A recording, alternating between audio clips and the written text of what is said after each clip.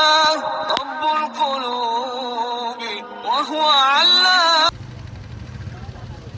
إن الحمد لله الصلاة والسلام على أشرف الأنبياء والمرسلين وعلى نبينا محمد وعلى أهله وصحبه وأهل بيته إلا يوم الحق. أبعد السلام عليكم ورحمة الله وبركاته à tous les frères et sœurs. Comme cela dépend leur géolocalisation, de pas tous ceux qui nous suivent depuis la France ou encore l'Arabie Saoudite, j'en passe par l'Angleterre et consort. On vous passe comme cela le salam et le shalom à ceux qui sont de confession religieuse juifs ou encore chrétiens. On vous passe le bonsoir. Ici, la DDR Cameroun, elle est là à nouveau au milieu des votes avec cet autre numéro du débat de ce soir, cet après-midi du dimanche. Donc nous sommes déjà pratiquement dans la dernière décade de ce mois béni de Ramadan et aussi avec ce dimanche de Pâques qui s'annonce en beauté chez nos confrères en Adam chrétien et pour certains qui sont d'ailleurs pas d'accord que c'est la famille. Une fois de plus, bonsoir à vous. La DDR elle est là pour vous servir pour cet autre débat de la deuxième partie du thème de la semaine passée qui était le Coran, la Bible et la science. Et aujourd'hui, nous allons nous appesantir sur l'embryologie. Bible, Coran et science. Que dit la Bible, que dit le Coran et que confirme la science sur le Coran, la Bible ou encore que déconstruit le Coran, la Bible et la science sur l'embryologie. En réalité, qu'est-ce que l'embryologie, chers frères et sœurs? L'embryologie, c'est l'étude du développement. Donc ça veut dire à partir de la conception jusqu'à l'accouchement. En d'autres termes, voilà ce que nous appelions l'embryologie. Qu'est-ce que le Coran? Qu'est-ce que la Bible? Et qu'est-ce que la science dit là-dessus? C'est le thème de notre débat de cet après-midi avec un plateau animé de monsieur l'évangéliste Gédéon et monsieur Ahmad le musulman. Et comme cela, moi-même votre frère Djibril Mohamed de la DDR Cameroun qui suis là pour modérer ce débat. Donc directement sans toutefois perdre le temps, nous allons passer à l'introduction. Monsieur Ahmad, vous avez 2 minutes pour passer à l'introduction. 2 minutes déjà.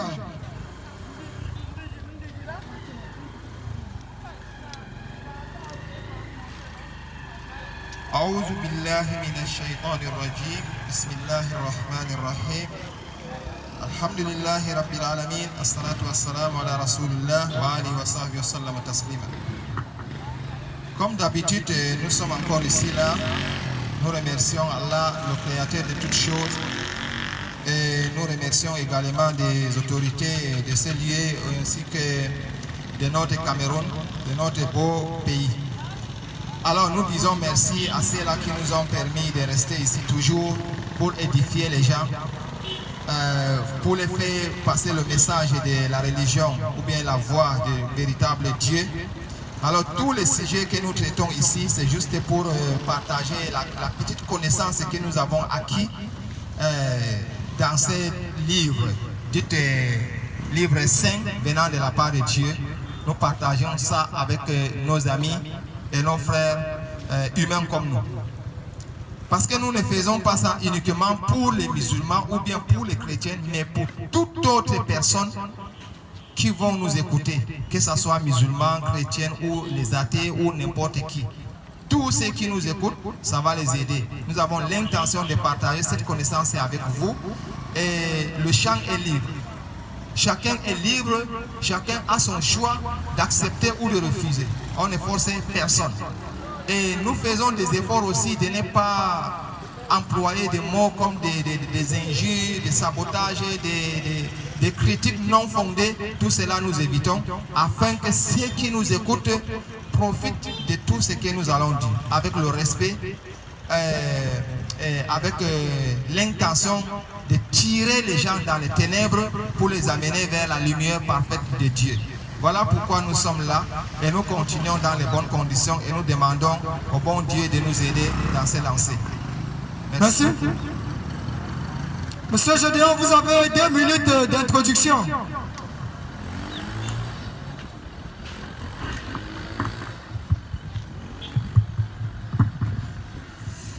Bon après-midi à toute la population du Grand Baobab.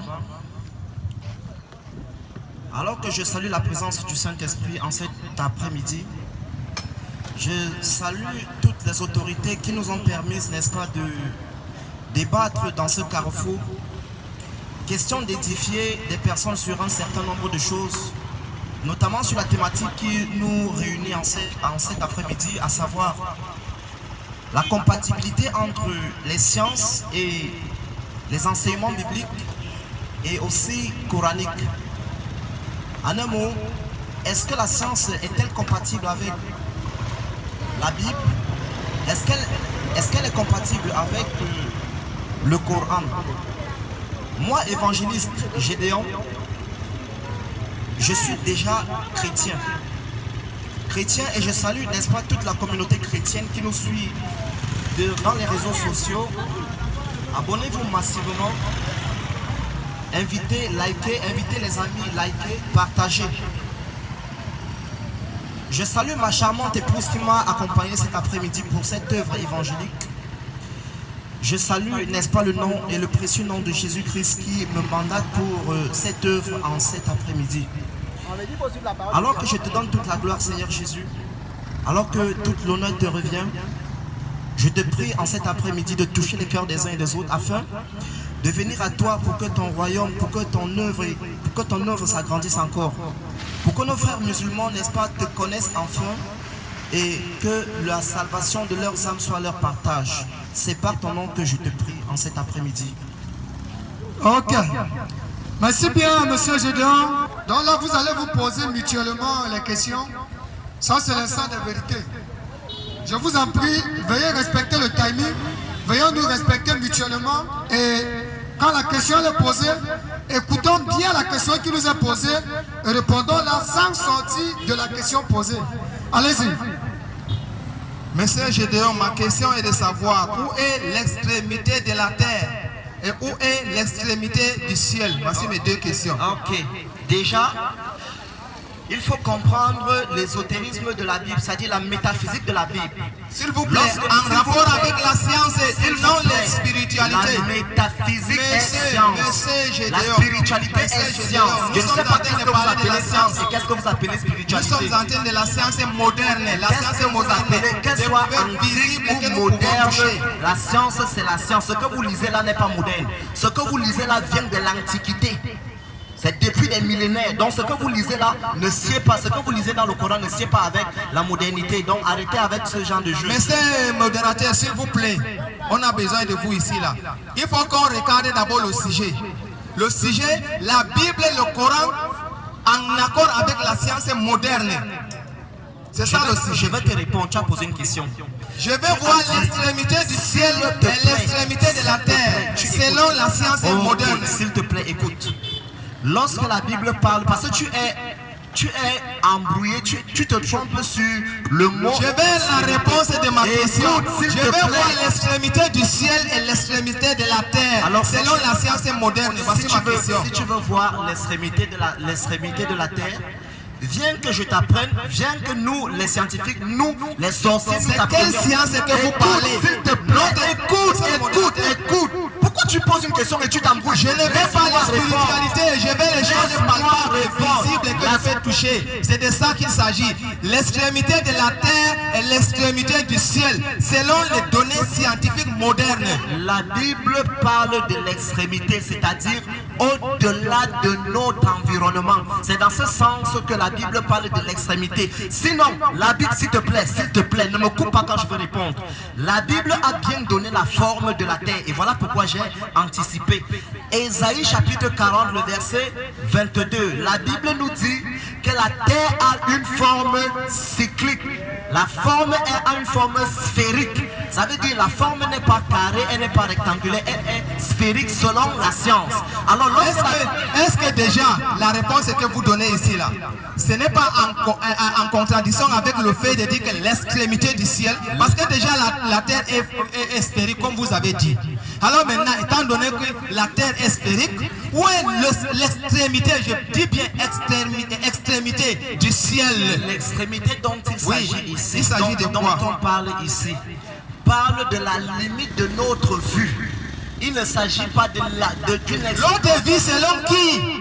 L'autre vie selon qui? Selon la terre. La terre ne connaît pas l'extrémité du ciel. S'il te plaît, est-ce que tu peux voir Yaoundé étant ici? Vous parlez de moi ou bien vous parlez de la terre? Je parle de toi. Non, vous ne parlez pas de moi. Ok, ça veut dire que tu ne comprends pas le contexte du mot. Ma question est bien posée, monsieur Gédéon. Si vous ne pouvez pas répondre, dites que vous ne pouvez pas répondre. Et je t'ai dit, non. La Bible dit que la terre a une forme. La Bible parle de l'extrémité parlant de qui? Est-ce que la Bible parle de la terre ou bien la Bible est limitée? Tu peux lire le passage. Le passage est ici là. C'est Deutéronome. Deutéronome chapitre 4. Le verset 32. Voici ça ici. Vous pouvez aussi regarder là-bas dans votre livre. Deutéronome chapitre 4. Bien sûr. Le verset 32.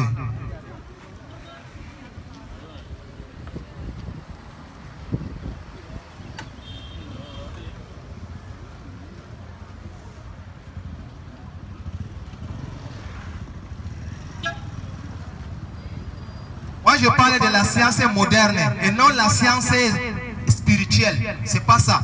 Moi, je ne suis pas sorcier. Si vous êtes sorcier, comme vous avez dit, là, ça vous engage. Mais moi, je ne suis pas sorcier. Je vais les choses que je vais toucher comme ça, là. Que la science a confirmé que c'est vrai.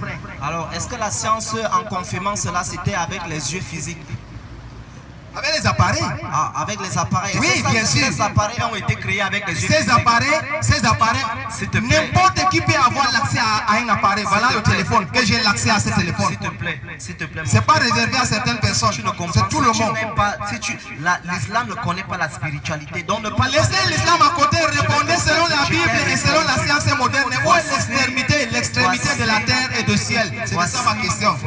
Laissez l'islam à côté, laissez le verset que tu es en train de citer. Je vais ça vous expliquer. Deutéronome 4, verset 31-32. Car l'Éternel ton Dieu est un Dieu de miséricorde, qui ne t'abandonnera point et ne te détruira point. Il est en train de parler à une personne spécifique. Il n'oubliera pas l'alliance de tes pères qu'il leur a juré. Interroge les temps anciens qui t'ont précédé. Interroge les temps anciens qui t'ont précédé depuis le jour où Dieu créa l'homme sur la terre et d'une extrémité du ciel à l'autre. C'est ça, n'est-ce pas? Alors, lorsque tu vas me demander de te parler de ces extrémités, tu ne comprends pas ici que Dieu est en train de parler à une personne spécifique et il est en train de lui parler d'une époque à une autre. Et c'est de cette époque, il dit bien, interroge les temps anciens. Il parle d'un temps bien précis. Quel temps? Depuis le jour où Dieu créa l'homme sur la terre. Et d'une extrémité du ciel à l'autre, il eut-il jamais si grand événement et a-t-on jamais eu choses semblables?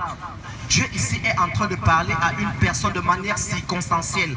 Il n'est pas en train de lui parler d'une étendue de la terre qu'il va au-delà de sa vue. Ça, c'est déjà ce que la Bible dit dans ce sens. Lorsque tu parles d'une extrémité, pour toi, il s'agit d'un début de la terre à une fin de la terre, ce qui est faux. Or, tu es en train de m'embrouiller parce que je vais t'allumer sur ton Coran. Je t'ai répondu, la Bible dit que la terre a une forme. Donc si je comprends bien, si je comprends bien dans la réponse, comme je suis là, dès que je vois là-bas, je vois déjà l'extrémité du ciel. C'est ça, n'est-ce pas?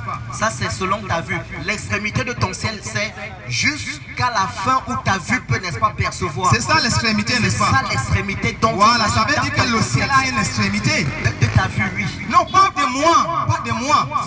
Pas de moi. Le Créateur, Dieu, c'est lui qui est en train de parler. C'est lui, il a limité le ciel.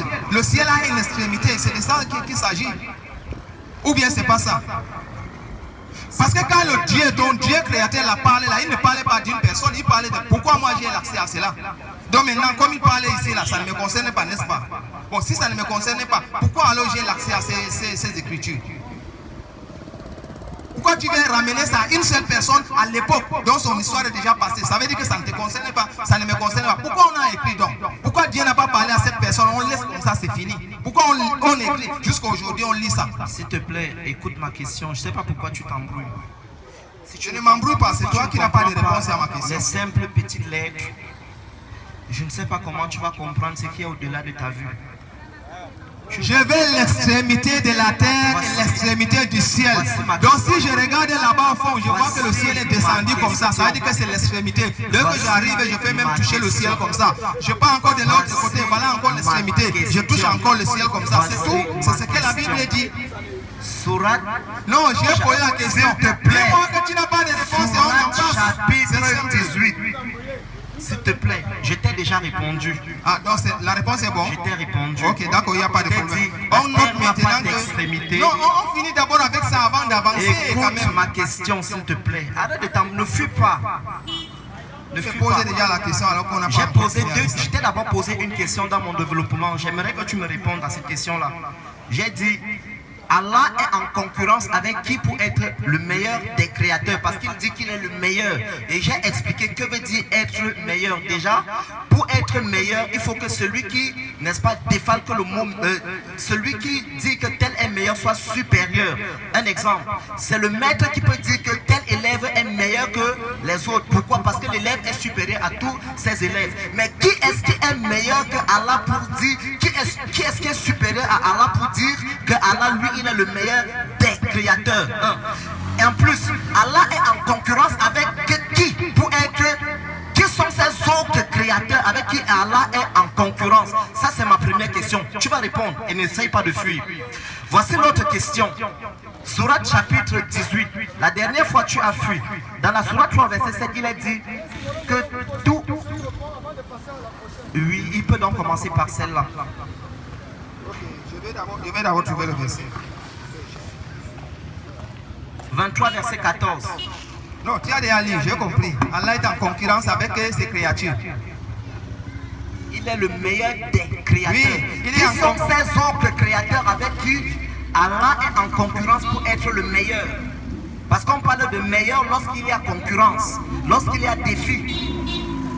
S'il est donc le créateur, comment est-ce qu'il se retrouve en train d'être le meilleur des? Qui sont ces créateurs qui sont des créateurs?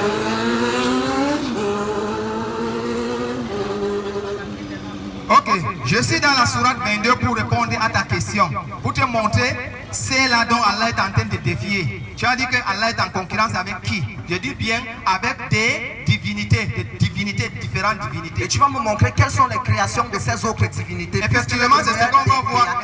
Effectivement, et tu vas me c'est ce montrer qu'on va voir comment dans le est-ce que verset. ces autres créatures ont créé. Oui. Et rappelle-toi, mon attitude de tout à l'heure, tu as reproché. Et n'adopte pas ces mêmes attitudes alors. Ok. Voilà ça. Je suis dans la sourate numéro 22. Je suis dans la sourate, dans le verset 73. Mon frère, tu peux m'aider avec ça? Tu peux lire directement ici.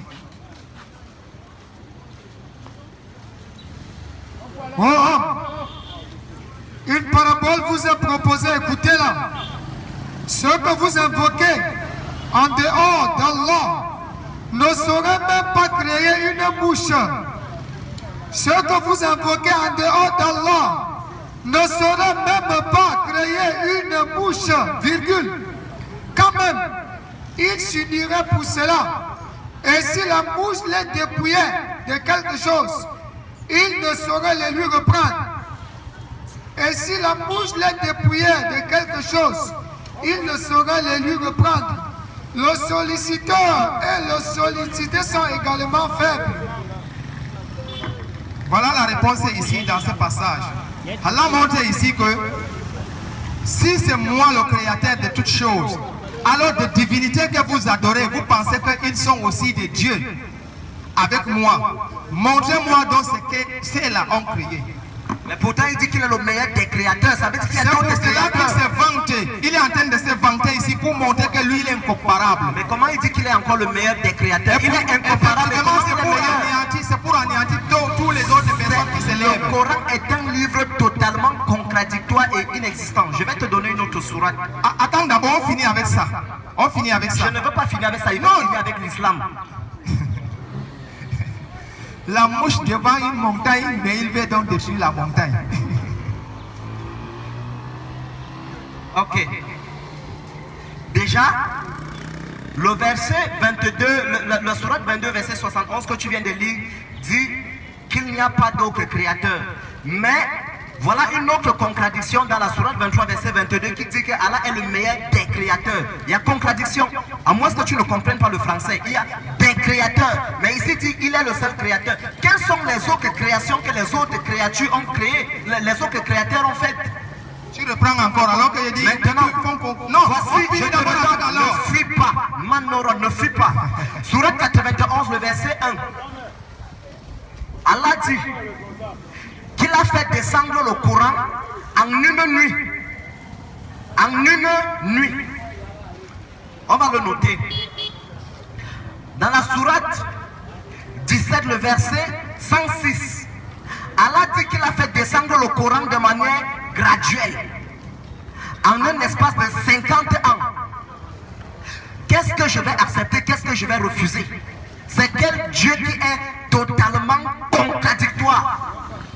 S'il te plaît, dis-moi comment, qu'est-ce que je vais choisir? Et maintenant, dans la sourate 25, le verset 22, il dit, c'est nous qui l'avons fait descendre en un temps dont personne n'a la connaissance, environ 23 ans.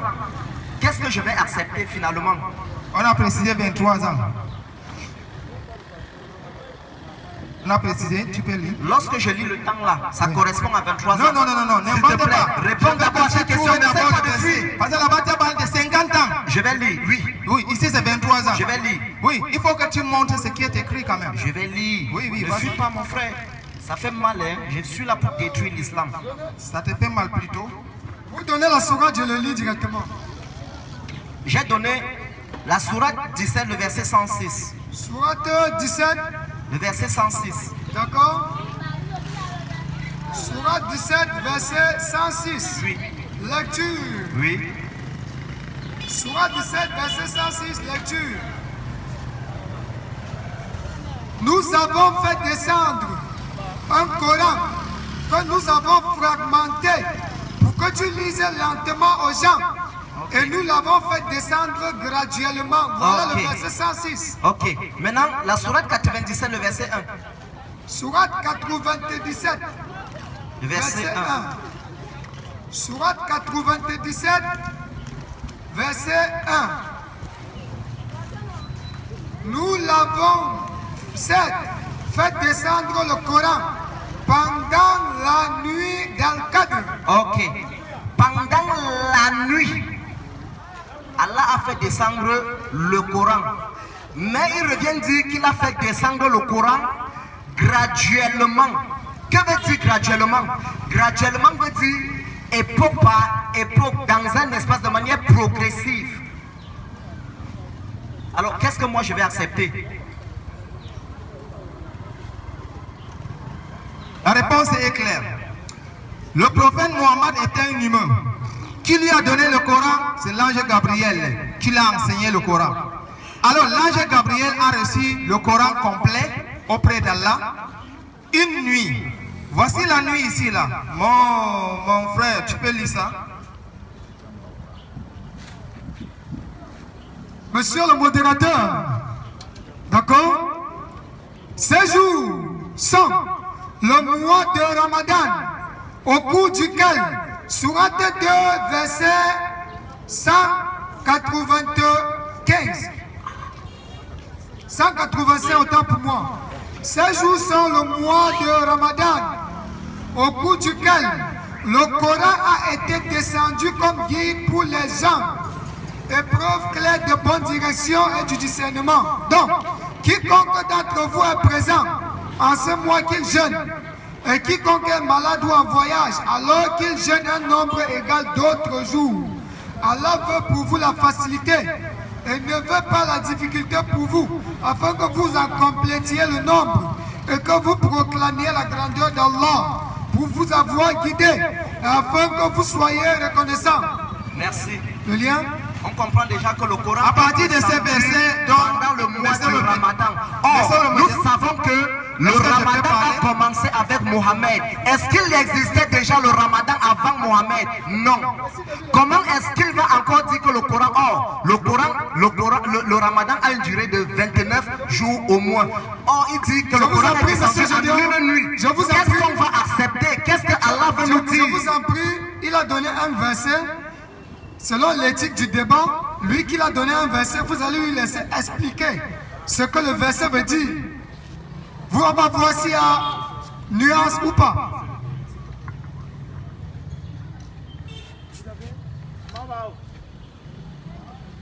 Ok, le frère ne veut pas supporter vraiment mon explication.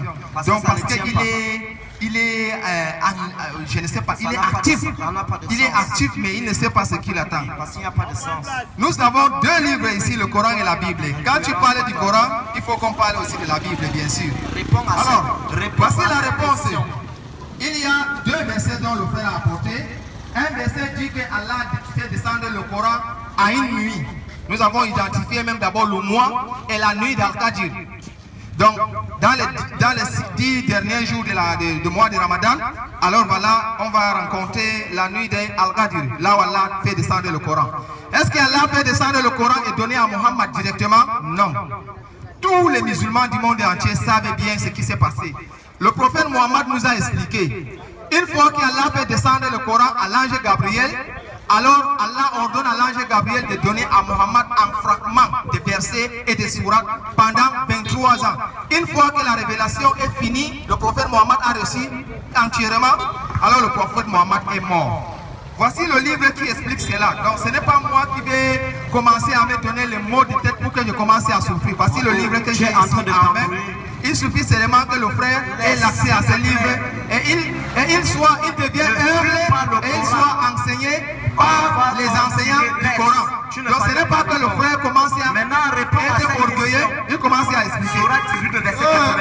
Monsieur Gédéon, je vous en prie, parce que là, nous sommes là pour éclater. Ce que nous allons faire, nous n'allons pas plutôt inviter Monsieur Gédéon à lire le livre. On va soulever le livre et tout le monde le découvre. Après que tout le monde l'ait découvert, vous allez nous dire, vous qui connaissez le livre, qu'est-ce que le livre dit, à quelle page, pour affirmer la thèse du débat, la partie où nous en sommes. Qu'est-ce que le livre dit là-bas? Si vous permettez, je vous donne 2 paragraphes ou 3 paragraphes, vous lisez, s'il vous plaît. Le Coran, en arabe, lecture. Le Coran en arabe signifie lecture. La lecture par excellence est le livre saint des musulmans qui le considèrent comme la parole incréée de Dieu. C'est le Seigneur des mondes qui l'a révélé à son envoyé de choix, au prophète Muhammad, afin que celui-ci la communique à son peuple. Muhammad n'est qu'un simple agent de transmission qui n'y ajoute rien de sa part, n'en supprime non plus quoi que ce soit de son gré. Le Coran ne fut pas révélé tout à la fois, mais en fragments pendant 23 ans, de 609 à 632. Chaque révélation à l'occasion même où l'homme en avait besoin. Et pour toucher un problème concret, le Coran se divise en 114 chapitres de dimensions très variées. Les chapitres eux-mêmes n'étaient pas toujours révélés en entier. Parfois, plusieurs sourates furent à la fois l'objet de révélations fragmentaires. On les codifiait selon les directives du prophète lui-même. Ce travail de compilation dura toute la vie missionnaire du prophète. Et tout date de l'époque du prophète lui-même. Après sa mort, la révélation cesse et la communauté n'avait aucun droit d'ajouter ou de supprimer. C'est pour cela que je dis, moi, pour répondre à la question de mon frère, je ne souffre pas. Je me base sur ce que les enseignants islamiques eux-mêmes ils ont écrit. Voilà le livre ici. Si le frère veut être enseigné, alors il devient humble. Et il accepte vraiment qu'on lui enseigne. Je vais répondre à ce que C'est simple. ces paragraphes disent. Il dit, J'ai aussi des questions. paragraphes qu'il a dit. D'accord, Je vais répondre à ça. Les paragraphes que mon... Ce ne sont pas des questions pour que tu le réponds. débatteur, je veux corriger ça parce qu'il y a de d'accord, l'aberration dans ça. Le modérateur ici a dit a lu ici que les versets ont été donnés de manière graduelle et de manière corrective. Ça veut dire les versets se corrigeaient au fur et à mesure. Or, il est aussi dit dans les paragraphes qu'il a lus que le Coran est le livre de Dieu.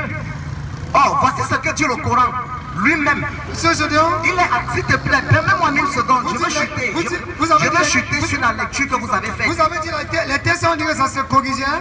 Pardon? Vous avez dit ce qu'on a lu, c'est que les textes se corrigeaient.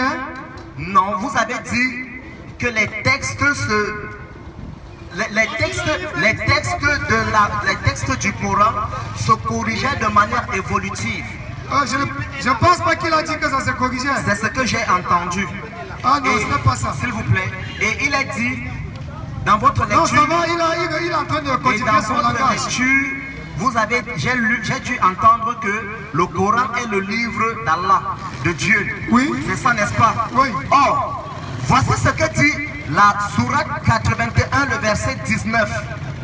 Sourate 81, le verset 19. On verra si le Coran est le livre de Dieu. Sourate 81, le verset 19.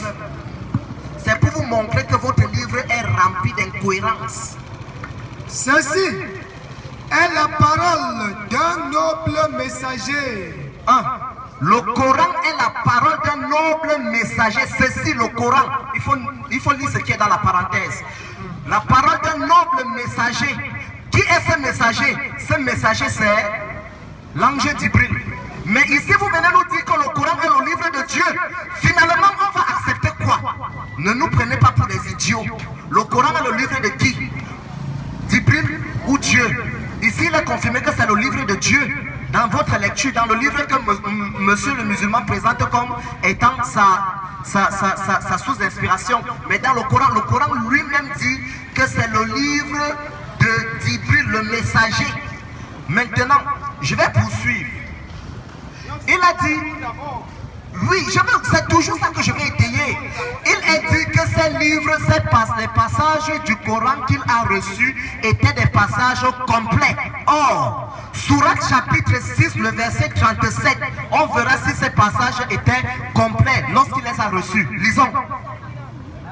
Ne jouez pas à ce jeu, je suis là pour que je finisse d'abord avec le verset que tu as Moi, apporté. je ne suis pas là pour finir avec, je suis pour finir avec l'islam. Bon, laisse-moi alors répondre quand même. Ou bien tu me poses les questions, je ne dois pas répondre aussi. Laisse-moi, je réponds d'abord. Tu as dit que le Coran, c'est la parole d'un noble messager. C'est pas moi qui ai dit ça. Il s'agit de qui? Les parenthèses disaient quoi? Monsieur le modérateur, les parenthèses là disaient quoi? Oui, il est là, il va encore. Tu peux lire le Coran, tu peux lire. Mais les parenthèses, c'est l'ange Gabriel, c'est ça? Ok. Alors, on va voir maintenant l'ange Gabriel a eu ça de qui? C'est la parole d'un C'est toujours le noble Coran qui messager. parle, c'est le Coran qui parle toujours. Monsieur le modérateur, s'il vous plaît, lisez ça. D'accord.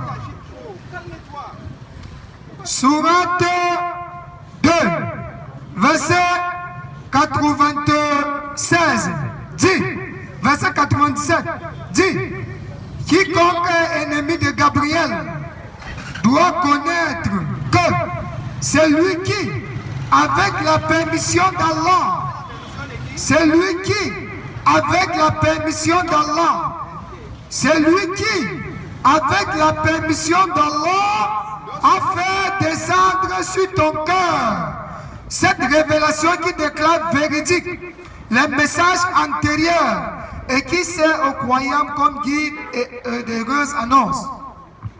Voici le verset qui explique bien le verset que tu as apporté. Le noble messager, il est question de l'ange Gabriel. l'ange Gabriel a reçu cette parole de la part de Dieu. Ça veut dire que ce n'est pas la parole du prophète Mohammed.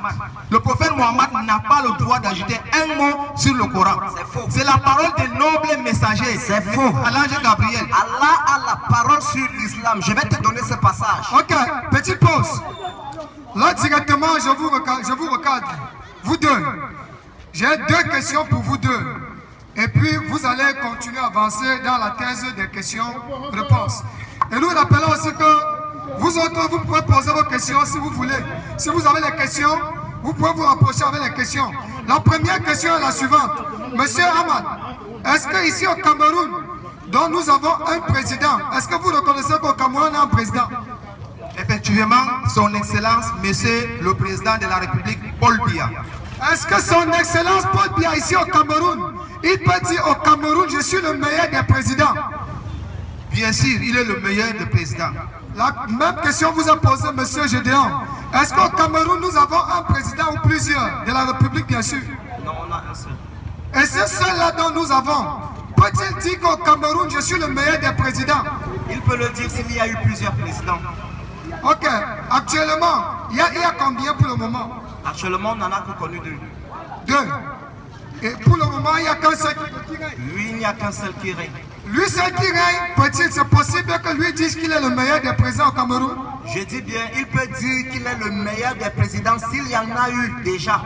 Mais s'il n'y a pas eu de président, il ne peut pas dire qu'il est le meilleur. On parle de meilleur, le mot meilleur ici renvoie à la comparaison. Et là, actuellement, il peut être en train de régner tout seul, connaissant que lui, il est le seul président au Cameroun, et lui dit qu'il est le meilleur, pourtant il est seul. S'il est seul à régner, il peut dire qu'il est meilleur, je précise. S'il y a eu d'autres présidents avant lui, dans ce cas, il dira qu'il est le meilleur. Mais s'il n'y en a jamais eu avant lui, il ne pourra jamais dire qu'il est meilleur, parce qu'il n'y aura pas, n'est-ce pas, lieu de comparaison. D'accord, merci. Donc, de façon bref, nous comprenons que le président de la République, il est seul au Cameroun. Et étant seul, il peut bel et bien déclarer « Je suis le meilleur des présidents ». Parce que naturellement, au Cameroun, nous n'avons jamais eu deux présidents qui ont régné à la fois. Non, s'il te plaît, monsieur le modérateur, ne jouez pas ce jeu. Vous voulez fuir la question du meilleur des créateurs. Et c'est pour cela que vous voulez tourner dans ce sens. Qui nous explique comment Allah est le meilleur des créateurs? Je suis en train de venir, monsieur Gédéon, je vous en prie. De façon bref, au Cameroun, nous avons un seul. Ah, vous avez des questions? Sans souci, rapprochez-vous juste. Un peu, on va se débrouiller. Mais c'est l'instant des questions-réponses. C'est l'instant des questions-réponses. Parce que là, pour le moment, on a deux hypothèses. Si vous souhaiteriez débattre, on peut...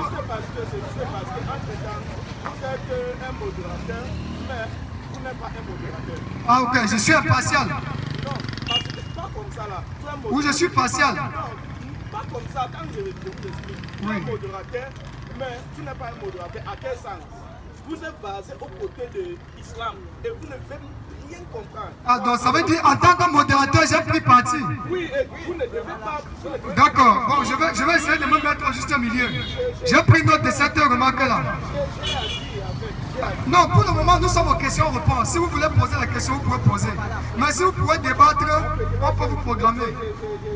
J'ai une question à vous demander. Une question, pas pour moi, c'est pour eux. C'est les débatteurs qui répondent. Bonjour. Good evening. Okay. To the best of my knowledge, Please speak aloud, please. to the best of my knowledge, the Bible had been there before Quran. To the best of my knowledge. Now,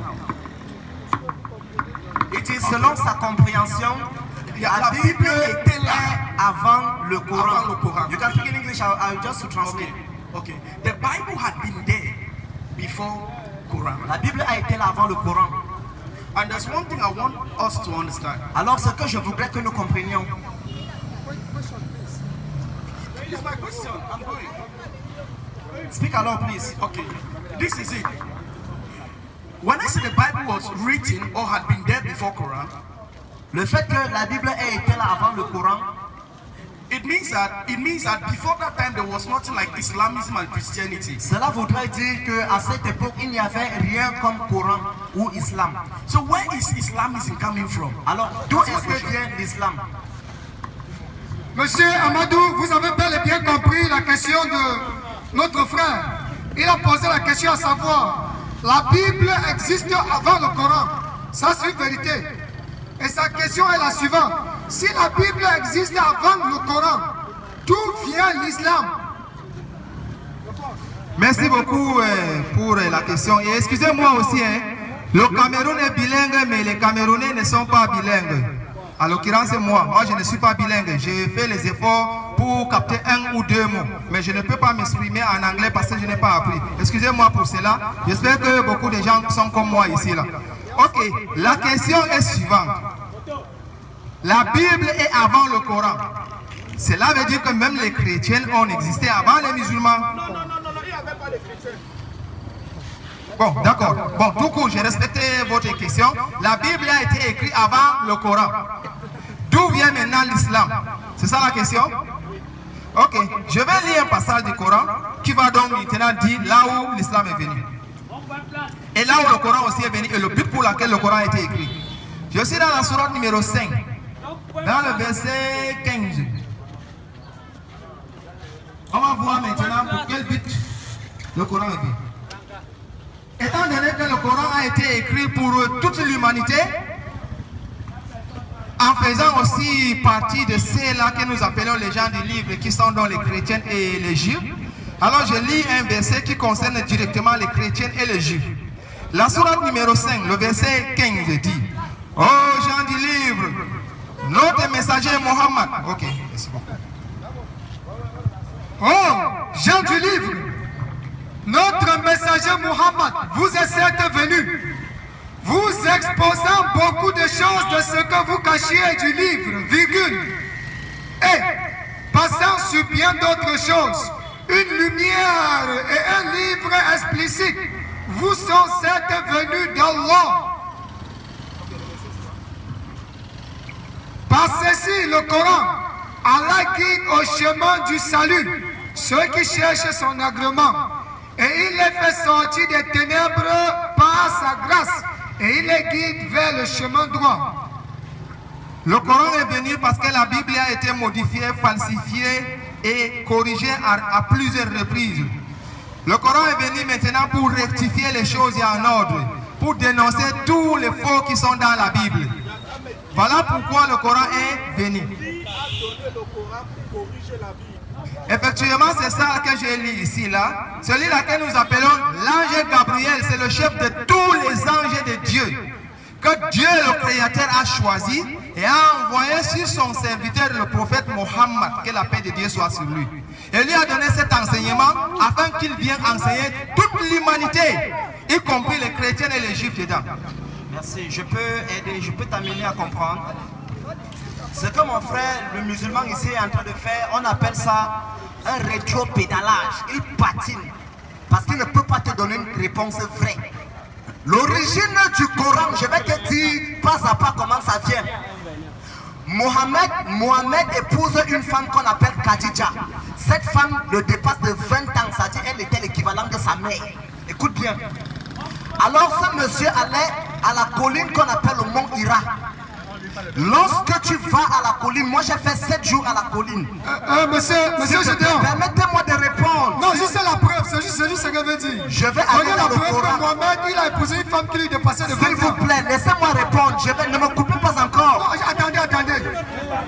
Ne me S'il vous coupez plaît, pas. s'il vous plaît. Laissez-moi répondre. Je vous en prie. Non, écoutez. Regardez. Je n'ai pas de parti pris. Écoutez. Non, regardez, je vous en prie. Laissez-moi Je n'ai pas de parti répondre. pris. Lorsque je vais finir, Monsieur Gédéon, s'il vous relancez-moi. plaît. Vous voulez brouiller mes idées. Relancez-moi quand je finis, monsieur le modérateur. Non, lui, quand il a pris la parole, il a donné la preuve. Laissez-moi répondre, s'il vous plaît. Ok, je vais intervenir. S'il vous plaît, les frères, s'il vous plaît. Je prends la parole avec sa permission, s'il vous plaît. Et je lui demande de se calmer. Le frère va dire tout ce qu'il connaît. Maintenant, quand je vais prendre la parole, il me permet aussi, peut-être avec sa permission, il me permet aussi de rectifier tous les erreurs que le frère va dire. Parce que ici, lui, il voulait d'abord clarifier les choses avant que le frère continue. Bon, comme vous l'avez critiqué qu'il est partial, dans ce cas, il laisse d'abord, jusqu'à ce que celui-ci finisse. Ok, il n'y a pas de problème. Voici, j'étais de disant que Mohamed a passé environ 23 ans sur je vais dire 15 ans. Il passait constamment, quand je dis passer 15 ans, ça ne veut pas dire qu'il vivait là-bas. Mais la plupart de son temps, il le passait sur le mont Hira. Il a fait ce qu'on appelle une alliance avec les esprits des collines, les esprits des monts. Et c'est lorsque tu es en alliance avec ces esprits de monts, ces esprits peuvent audiblement te parler. Je dis bien audiblement te parler. Pourquoi? Mohamed était un illettré. Mohamed ne savait pas parler. Mohamed ne savait pas lire. N'est-ce pas? Donc il n'avait pas la capacité de discerner. Or, Mohamed, lorsque l'ange vient lui parler, il dit que Gabriel est le plus grand des anges. Faux! Djibril est le plus grand des anges. Or, dans l'ordre des anges, il n'y a pas de plus grand ange. C'est un peu comme dans l'armée. Il n'y a pas de plus grand policier. Chacun est grand, chacun est meilleur, ou alors chacun est grand selon son couloir, selon sa mission. Il n'y a donc pas de plus grand ange. Pourquoi? Lorsqu'il dit maintenant que le Coran est venu pour l'humanité, écoute, lorsque le Djibril arrive et il parle à Mohamed, la première des choses c'est quoi? C'est qu'il appuie son cou. Il a pressé son cou, donc il a violencé. Est-ce que Dieu, qui est amour par excellence, peut envoyer un ange brutaliser son messager? Montrez-moi dans la Bible un ange de Dieu qui a brutalisé un serviteur de Dieu, un prophète dans la Bible. Ce qui est déjà faux, c'est un faux Dieu. Ce qui montre que l'esprit qui a parlé à Mohamed était un démon des collines. Maintenant, Mohamed n'a pas le discernement de savoir que ce qu'il a reçu comme révélation vient de Dieu. Il va maintenant se rapprocher de sa femme. C'est sa femme là qui va le conduire vers un de ses cousins qui est chrétien. Et c'est ces derniers qui vont le convaincre que ce que tu as reçu vient de Dieu. Il va maintenant commencer avec une association, à se faire un groupe de personnes. Parce que dans la Kaaba, eux qui disent, dans la Kaaba, permets-moi de dire comment l'islam est arrivé. Dans la Kaaba, ils adoraient des divinités dont ils ne connaissaient ni l'origine, ni la manifestation. Donc ils adoraient des divinités au hasard. Et maintenant, Mohamed, lorsqu'il est déjà convaincu par sa femme et son cousin que ce qu'il a reçu vient de Dieu, il va maintenant se rapprocher des kabbalistiques, c'est-à-dire de tous ceux-là qui vont à la Kaaba, les convaincre, les amener à croire qu'il y a un seul et unique Dieu qu'ils doivent adorer. Et c'est lui le Dieu suprême. C'est de là où vient le mot Al-Illah Akbar. Comme ils disent Allah Bouba. Vous voyez, excusez-moi si je ne prononce pas bien. Ils disent Allah Akbar, qui veut dire Dieu est grand. Et c'est de là où vient le mot Al-Illah Akbar. Tu vois, qui veut dire le Dieu est grand. Mais maintenant, ils ne peuvent pas dire le Dieu parce qu'ils ne peuvent pas spécifier de quel Dieu il s'agit. Ils vont enlever le il qui revient à Allah. Au lieu de Al-Illah, ça revient à Allah. Tu vois un peu. Alors après ça, il va maintenant se donner une communauté de personnes. C'est-à-dire qu'il va attirer des gens autour de lui. Parce que les gens sont en train d'entendre un message différent de ce que ils savaient avant. Voilà comment l'islam va naître. Maintenant, l'islam est refuté par les chrétiens. Voilà pourquoi Mohamed, l'ange là, continue de dire à Mohamed, tous ceux qui ne veulent pas te suivre, tue-les. Est-ce que tu me comprends, mon frère? Ça veut dire que l'islam est entré dans le monde par la tuerie. Tu comprends un peu? Voilà comment l'islam... Je t'invite à lire toute la sourate 9. Tu vois? Et il va maintenant les amener à comprendre que... La puissance vient de quoi? La puissance vient du sexe. La puissance vient du sexe. Et voilà pourquoi Mohamed va se donner un certain nombre de femmes. Pourquoi? Pour les vider spirituellement. Et il va même aller avec ses cousines, avec même la femme de son fils, et jusqu'à prendre une gamine. Voilà pourquoi il confirme ça dans la sourate 65, le verset 4, a dit que l'homme peut prendre une femme qui ne voit pas encore ses règles. Tu peux lire sourate 65, le verset 4. Voilà comment Mohammed prend le pouvoir. Voilà comment il est spirituellement nourri. Son pouvoir vient de ce qu'il tire des femmes. Merci. D'accord, monsieur, je dois vous garder le micro. Je pense que je vais devoir être vraiment impartial. Je n'ai pas de parti pris. Non, je ne débat pas, je suis modérateur. C'est eux qui débattent. Non, écoutez, si vous avez le temps pour venir modérer. D'accord, merci. Monsieur, je dois vous garder le micro. Je vous en prie, ce qui fait la différence entre nous, entre vous qui êtes ici pour débattre, et la masse qui nous écoute, c'est que vous êtes ceux-là qui avaient donné le temps pour apprendre. Vous êtes ceux qui avaient donné le temps pour apprendre et vous ne donnez pas votre avis, mais vous dites ce qui est écrit. Nous sommes d'accord, famille. S'ils sont ici, c'est parce qu'on suppose que la Bible ils connaissent, le Coran ils connaissent, et ils sont là pour nous présenter ce qui est écrit. De proof. Monsieur Gédéon, vous avez dit, Mohamed il a épousé une femme qui lui dépassait de 20 ans. Je vous en prie, donnez-nous la preuve. Permettez-moi, pendant que je développais, je n'ai pas eu le temps de chercher, donc je suis en train de fouiller. Allez-y, on vous attend la preuve.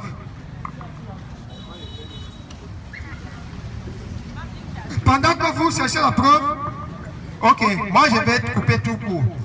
Dans ce qu'il a dit ce qui est vrai, je confirme. Et il a aussi apporté beaucoup de fausseté. Et dans ce cas, je vais faire les efforts maintenant pour l'aider à certaines choses. Il a dit que le prophète Mohammed a épousé une femme qui le dépasse en âge. Oui, c'est vrai. Et la femme en question s'appelait Khadija et Khadija avait 15 ans de plus que le prophète Mohammed. Est-ce que c'est un problème? Je ne vois pas le problème. Si aujourd'hui je décide d'épouser une femme qui me dépasse en âge, le problème est loin aussi. S'il te plaît, mon frère, s'il te plaît, quand tu parlais là, je me suis dit, il faut avoir de bonnes attitudes quand même. Jusqu'à j'ai même voulu que tu arrêtes même la parole parce que tu as beaucoup parlé. Mais maintenant je prends la parole, tu veux me corrompre encore. Ce n'est pas bon. Je te relance. Monsieur Gédéon, si vous avez déjà trouvé la preuve, d'accord. Donc, tout ce que vous pouvez prendre la parole pour le moment, c'est de nous donner la preuve où Mohamed a épousé une femme qui lui dépasse de 20 ans. Allez-y. Ok, il n'y a pas de problème. Alors, le prophète Mohammed s'est retiré dans une grotte. Oui, ce qu'il a dit est vrai. Le prophète Mohammed restait seul à l'écart des gens. À un moment donné, voilà Allah qui l'envoie maintenant, l'ange Gabriel. Et heureusement, lui-même il a dit que Khadija, qui était la femme du prophète Mohammed, avec son cousin Waraka, qui était chrétienne, ont confirmé que l'ange qui a visité le prophète Mohammed vient de Dieu. Lui-même il a dit ça. Il ne se rend pas compte. Il est ignorant de ce qu'il dit. Il a dit d'abord que l'ange là c'est un démon. Et en même temps, il dit que la femme du prophète Mohammed avec son cousin qui est chrétienne ont confirmé que c'est l'ange qui vient de Dieu. Je ne sais pas maintenant dans quel jeu que tu es en train de jouer. Alors, pour cela, le prophète Mohammed a reçu le message venant de l'ange là. Et l'ange lui-même a été envoyé par le véritable Dieu durant 23 ans. La mission du prophète Mohammed a duré 23 ans. Après la mission du prophète Mohammed, il est mort. Et nous avons eu maintenant ce qu'il a laissé. Et c'est ça que nous sommes en train de marcher là-dessus. Nous sommes en train de pratiquer ça. Bon, pour cela, je ne sais pas si le frère a bien compris. Mon frère, s'il te plaît, mon frère, ce que j'ai dit, que le prophète Mohammed a reçu la parole de Dieu à travers un de ses anges qui s'appelle le Gabriel, avec ce que lui-même il a dit. Je ne sais pas si tu trouves les concordances ou bien des divergences. Qu'est-ce que tu as retenu par rapport à ça? Parce que j'ai quelques questions à lui poser aussi. Ok, il n'y a pas de problème. Comme maintenant, selon lui, le livre fiable, c'est la Bible. Voici la Bible ici. Je n'ai pas le Coran physique, mais j'ai le Coran dans mon téléphone. Donc, si nous plaçons maintenant le Coran avec la Bible, pour lui, le livre fiable, incontestable, authentique et cohérent, c'est la Bible et non le Coran. Le Coran est déjà faux pour lui. D'accord, je vais lui poser des questions. Aujourd'hui, nous sommes un dimanche. Nous n'allons pas poser plusieurs questions au même moment. Ça serait mieux qu'il réponde d'abord à celle pour soutenir les thèses de ce qu'il a dit. Pour que... Hein?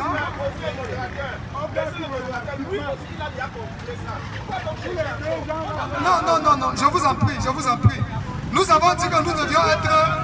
Non, s'il vous plaît. je t'en prie, frère. Soyons pondérés. Vous m'avez dit, je suis un passé, je suis resté tranquille, d'accord? Maintenant, je veux que ça soit clair. Ils sont là pour nous présenter les preuves de ce qu'ils disent. S'il faut que chacun dise ce qu'il pense, n'importe qui va venir ici. Ah, vous avez confirmé qu'il a épousé une femme de 20 ans? Il a épousé une femme qui le dépasse avec 15 ans, pas 20 ans.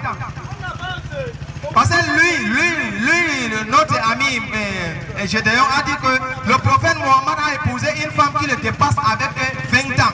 C'est là alors que je lui dis que 20 ans c'est trop. Qu'il rentre à 15 ans. Donc, c'est déjà bon. C'est déjà bon. D'accord. Maintenant, comme c'est la Bible qui est le livre le plus fiable, alors, j'ai des questions à lui poser. Et pourquoi je lui pose la question? Parce qu'aujourd'hui c'est dimanche. Et vous vous rappelez qu'avant-hier c'était vendredi saint. Selon les chrétiens, on a tué Jésus-Christ le jour de la préparation du sabbat, qui correspond avec vendredi. Bon, s'il n'est pas d'accord avec le jour de vendredi, bon, sinon quand même il serait d'accord avec le jour de la préparation. Dans le livre de Marc chapitre 15, on dit que c'est le jour de la préparation qu'on a tué Jésus-Christ. Vers la tombe de nuit, voici Joseph d'Arimathée est parti trouver Pilate et lui demander la permission de porter le corps de Jésus pour aller enterrer. Alors Jésus avait dit, selon la Bible, Jésus avait dit dans Matthieu chapitre 12, le verset 40, qu'il va faire 3 jours et 3 nuits dans la terre et il va se ressusciter. Mais c'est Gédéon. Est-ce que cette parole est vraie? Parce que Deutéronome chapitre 18, le verset 20 à 22, dit que si un prophète a prophétisé et que sa parole n'arrive pas, c'est un faux prophète. C'est une parole qui ne vient pas de Dieu. Démontrez-nous les 3 jours et les 3 nuits que Jésus a fait dans la tombe. Merci bien, s'il te plaît, ne t'embrouille pas. Ne t'embrouille pas. Jésus, dans le livre de Matthieu, pardon, tu peux lire, modérateur. Matthieu chapitre 12, du verset 40 à 42, Jésus lui-même confirme de sa bouche qu'il fera 3 jours et 3 nuits dans la tombe. Et je vais vous le démontrer. Chapitre 12, du verset 40 à 42.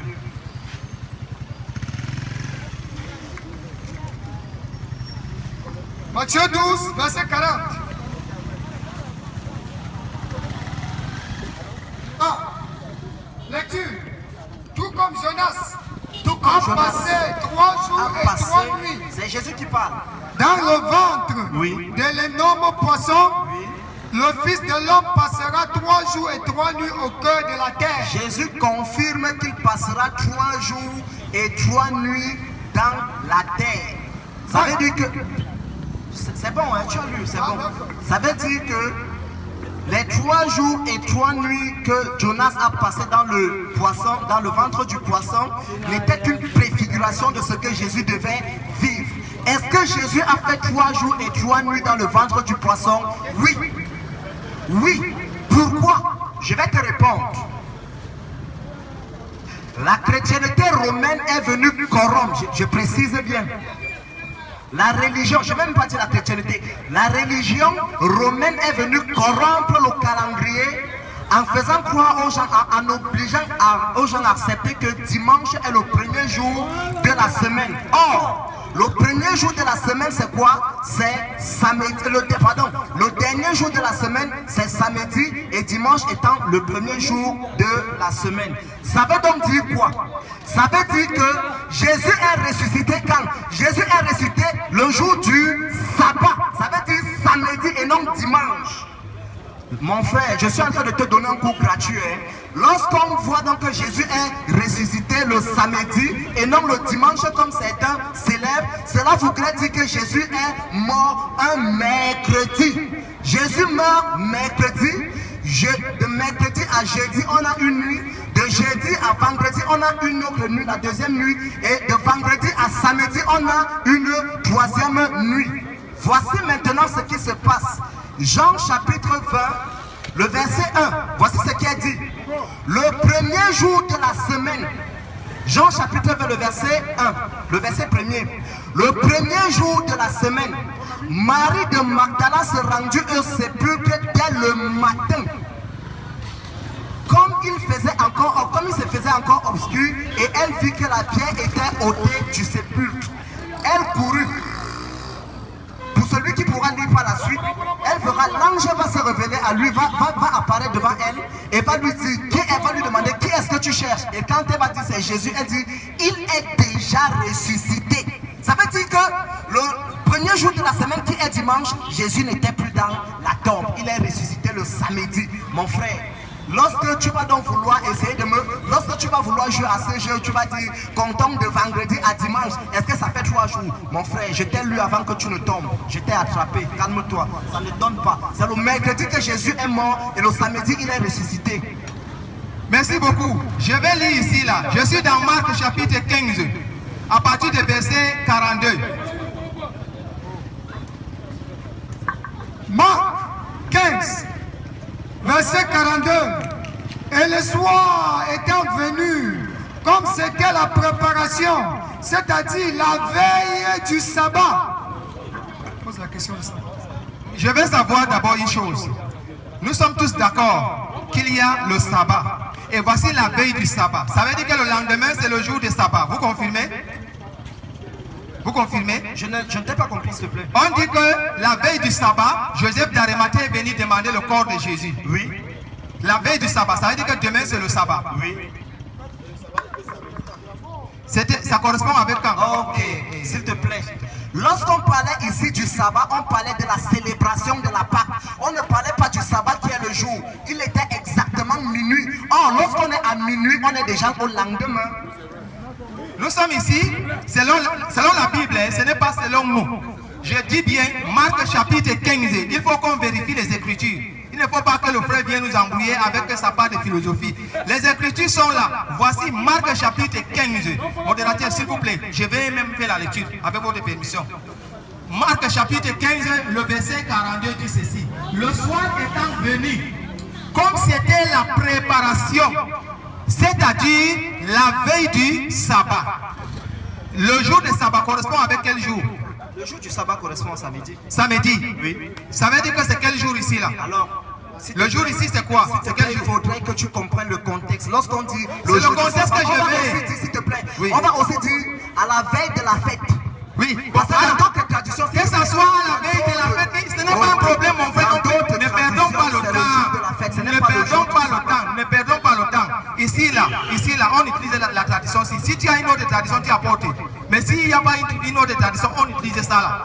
On dit ici, n'est-ce pas, le soir étant venu, c'est quel soir? Le soir de la journée de veille du sabbat. Ça veut dire que le lendemain c'est le sabbat. Voici le soir étant venu, c'est-à-dire la veille du sabbat. Arriva Joseph d'Arimathée, conseiller et de distinction, qui lui-même attendait aussi le royaume de Dieu.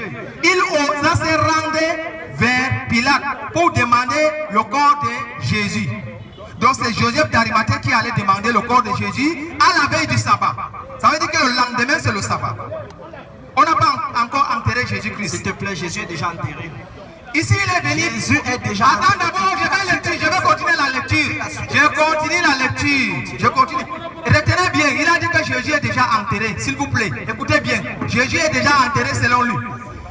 Joseph d'Arimathée est venu demander le corps de Jésus-Christ. Alors, qu'est-ce qui se passe là? Pilate s'étonna. Ok. Pilate s'étonna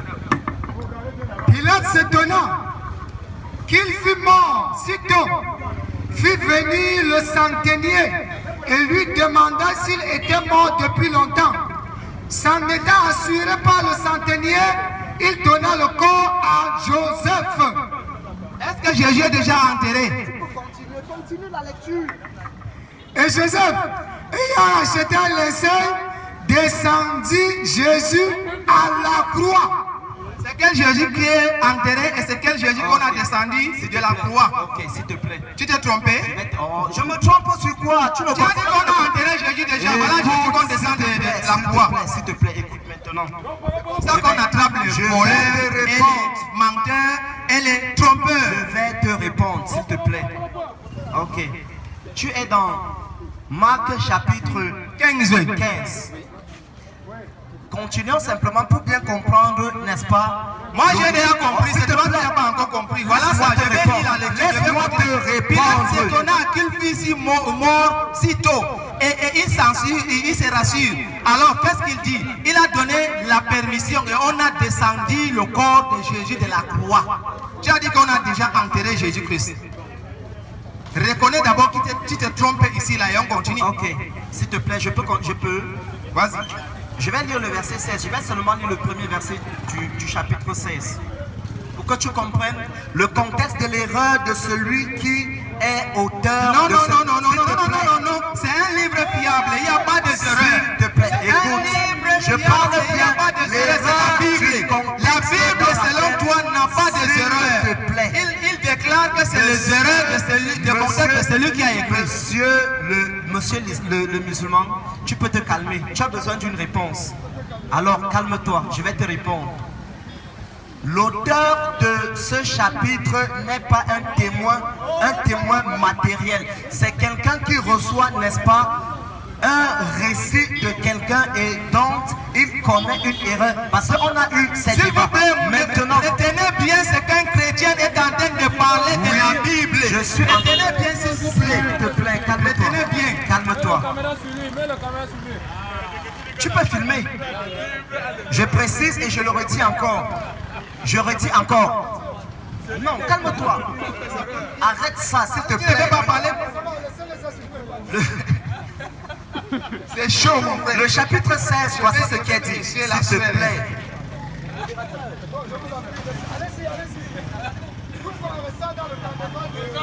Je suis dans le canevas. Je suis dans le chapitre 16. Je lis le premier verset. Lorsque le sabbat fut passé, Marie de Magdala, Marie mère de Jacques et Salomé achetaient des aromates afin d'aller embaumer Jésus. C'est le même acte qui se répète. Le premier jour, le verset 2, le premier jour de la semaine, écoute maintenant, le premier jour de la semaine, ça veut dire que l'auteur ici de ce livre a raconté une histoire de... C'est-à-dire il a dévancé l'acte qui se pose sur la sépulture de Jésus et maintenant il vient corriger ça dans le chapitre 16. C'est là où je vous dis qu'il y a eu erreur de celui qui a rédigé le texte. Dans la Bible. J'ai dit bien, mais bien sûr. Je le confirme, ce texte dans cette partie-ci, est-ce que c'est la parole de Dieu? S'il te plaît. Est-ce que c'est la parole de Dieu? S'il te plaît. Est-ce que c'est la parole de Dieu? S'il te plaît, laisse-moi expliquer. C'est plus important. Vous avez dit qu'il y a une erreur dans ce passage. Est-ce que c'est la parole de Dieu? Est-ce que c'est Marc qui est en train de raconter une histoire qu'il a vécue? Marc est en train de raconter une histoire qu'on lui a racontée. Et maintenant, il est le mauvais rapporteur dans ce contexte. Si tu ne comprends pas ça, je comprends que tu es simplement égaré parce que je veux t'allumer dans ton Coran et tu veux fuir. Merci. Malheureusement, le temps ne nous permet pas de continuer avec ce débat super chaud et animé. Donc vous allez prendre une minute pour conclure. Vous prenez une minute pour conclure. Rendez-vous dimanche prochain pour la suite, toujours du débat sur le même thème. Et on va conclure contradiction dans la Bible et contradiction dans le Coran.